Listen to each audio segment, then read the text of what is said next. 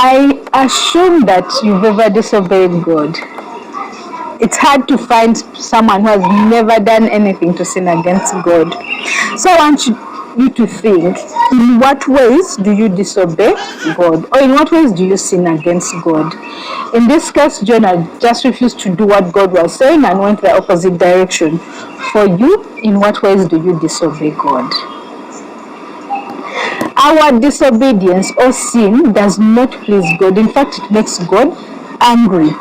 But it also does not stop God from doing what He has planned, from doing the good things He has planned.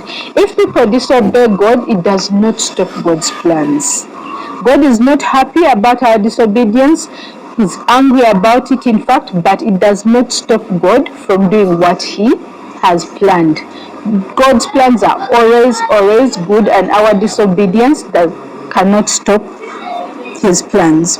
We can be confident that even when we sin, God is still able to use us. Even when Jonah sinned and disobeyed God, God was still able to use him. We will be seeing that in the next part of the story. God saved him and was still able to use him.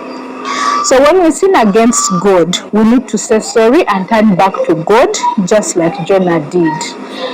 When Jonah ran away from God, and then God saved him from death, when he was in the belly of a great fish, he prayed to God, he said sorry, he turned back to God, and God was able to use him. So when we do wrong things, when we sin, we can still be confident that God is able to use us.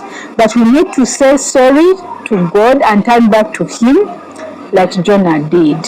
But there's something that Jonah did that we shouldn't copy, and that is trusting in God. Jonah did not trust God and did not trust his plan. Instead, he wanted his own plan.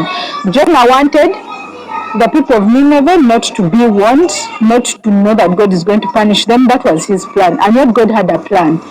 Jonah didn't trust God and his plan, so he ran away from God.